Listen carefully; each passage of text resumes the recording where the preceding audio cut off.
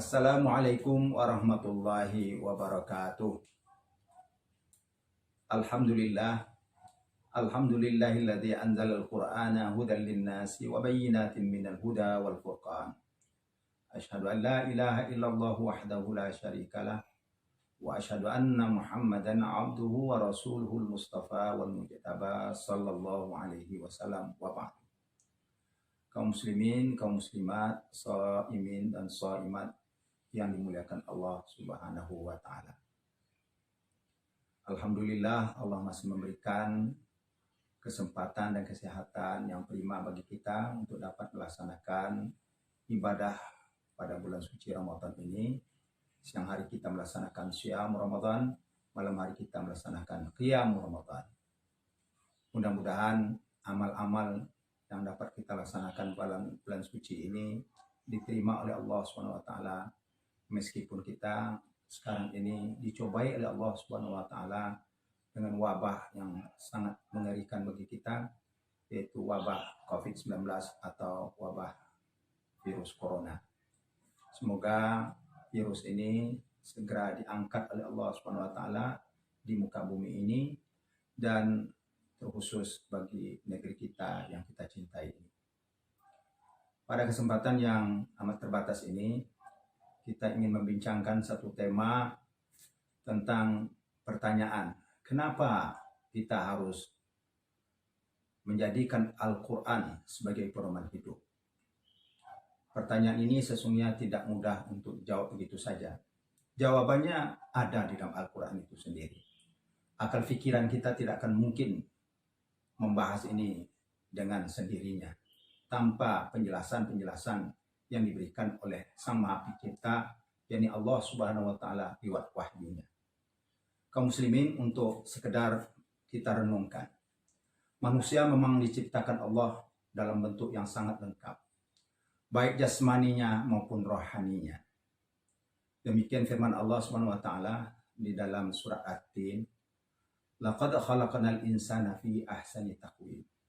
Demi sesungguhnya kami, kata Allah, telah menciptakan manusia dalam bentuk yang sempurna luar biasa. Kesempurnaan manusia juga disebutkan di dalam berbagai ayat dalam Al-Quran, terutama dalam surah Sajadah. Bismillahirrahmanirrahim.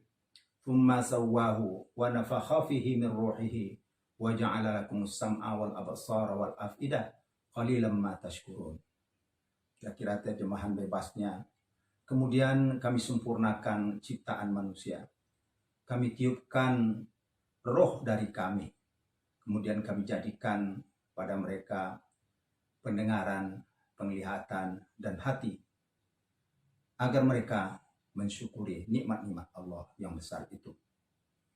Kaum muslimin, dalam ayat itu dijelaskan Allah SWT bahwa piranti-piranti untuk kesempurnaan manusia itu luar biasa lengkapnya.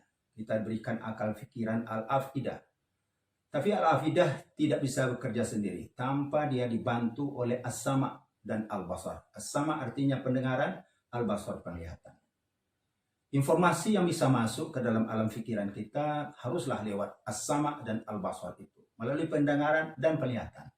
Sesuatu yang tidak pernah kita dengar, sesuatu yang tidak pernah kita lihat, pastilah itu tidak akan dapat menjadi informasi yang dapat diolah oleh akal pikiran, oleh otak kita untuk kemudian disampaikan kepada afidah kita. Afidah dalam bahasa Arab boleh diterjemahkan dengan hati. Hati menurut Allah adalah dalam rangka tafakkur, untuk memahami informasi-informasi yang masuk ke dalam alam pikiran yang dihubungkan dengan hati. Tetapi kaum muslimin, ingatlah bahwa akal pikiran kita yang dibantu tadi oleh as-sama dan al-basar itu pun sangat terbatas. Kita tidak dapat memikirkan sesuatu yang tidak mungkin bisa kita berpengalaman tentang itu. Padahal Allah Subhanahu wa taala menginginkan agar jalan hidup kita ini tidak hanya sesuatu yang kita lihat dan yang kita dengar, tetapi sesuatu yang tidak pernah kita lihat dan bahkan tidak pernah kita dengar secara hakiki, itu wajib kita percayai adanya. bukankah rukun iman kita yaitu iman kepada Allah, iman kepada malaikat, iman kepada kitab, iman kepada rasul, iman kepada hari kemudian, dan iman kepada qada dan qadar. Pada dasarnya adalah iman yang didasarkan kepada sesuatu yang bersifat gaib, yang tidak tampak oleh mata kita, dan bahkan tidak bisa terfikirkan oleh akal pikiran kita. Bagaimana kita bisa mengetahui Allah Sang Maha Pencipta kalau Allah tidak berbicara tentang dirinya melalui ayat-ayat Al-Quran yang diturunkannya? Bagaimana kita akan bisa memahami tentang malaikat kalau Allah tidak bicara tentang malaikat kepada kita dalam firman-firmannya? Bagaimana kita akan bisa mengetahui bagaimana suasana akhirat? Akal pikiran kita pasti tidak akan sanggup memikirkannya. Oleh karena itu, kaum muslimin, Allah Maha mengetahui kelemahan itu, maka Allah lengkapilah manusia dengan firman-firmannya, dengan wahyunya. Maka akal dan wahyu haruslah sama-sama seiring sejalan, terkombinasi dan terintegrasi di dalam memberikan arahan-arahan kepada kita. Maka oleh karena itulah kita dapat menyatakan, tanpa wahyu, akal kita tidak akan sanggup mencapai hakikat yang sesungguhnya. Oleh karena itu, dapat kami nyatakan di sini bahwa wahyu adalah pemandu pikiran kita, pemandu akal kita. Makanya orang-orang yang beriman dan orang-orang yang tidak beriman perbedaannya cukup besar. Kenapa? Karena orang-orang yang tidak beriman kepada Allah tidak akan mempercayai wahyu. Pasti mereka tidak akan bisa mempercayai apa yang disebut dengan yaumil akhir. Dan bahkan mereka menyatakan bahwa kehidupan ini hanya kehidupan di dunia ini saja. Setelah kehidupan dunia ini sudah berhenti, tidak akan bisa lagi ada kehidupan setelah ini. Karena apa? Karena mereka hanya menggunakan akal pikiran untuk memikirkan itu. Memang tidak akan mungkin bisa dicerna oleh pikiran kita apakah setelah kita mati kita akan hidup. Maka oleh karena itulah Allah nyatakan bahwa Anda semua, kita manusia tanpa kecuali, semua akan mengalami 5 fase kehidupan. Dulu kita tidak ada, sekarang kita hidup di dunia ini, dan setelah ini kita akan mengalami kematian. Tapi ingatlah kata Allah bahwa setelah kematian kalian akan dihidupkan kembali. Allah yang akan menghidupkannya. Setelah hidup kembali itu nanti kalian akan dikembalikan semua kepada Allah Subhanahu wa taala. Oleh karena itu janganlah kalian mengkafiriku, kata Allah. Itu dalam firman Allah, wa kaifa takfuruna billahi wa kuntum amwatan tsumma ahyakum tsumma yumitukum tsumma yuhyikum tsumma ilaihi turja'un. Kaum muslimin yang dirahmati Allah, jangankan masalah-masalah gaib yang seperti itu, masalah yang ada di dunia saja, akal kita juga sangat terbatas. Saya dapat ingin contohkan masalah zina. Persoalan zina sesungguhnya kalau ditanya akal pikiran, itu tidak ada persoalan bagi akal pikiran. Mohon maaf kaum muslimin, makanya orang barat itu mereka tidak peduli dengan masalah-masalah moral yang seperti itu. Karena mereka hanya menggunakan akal pikiran.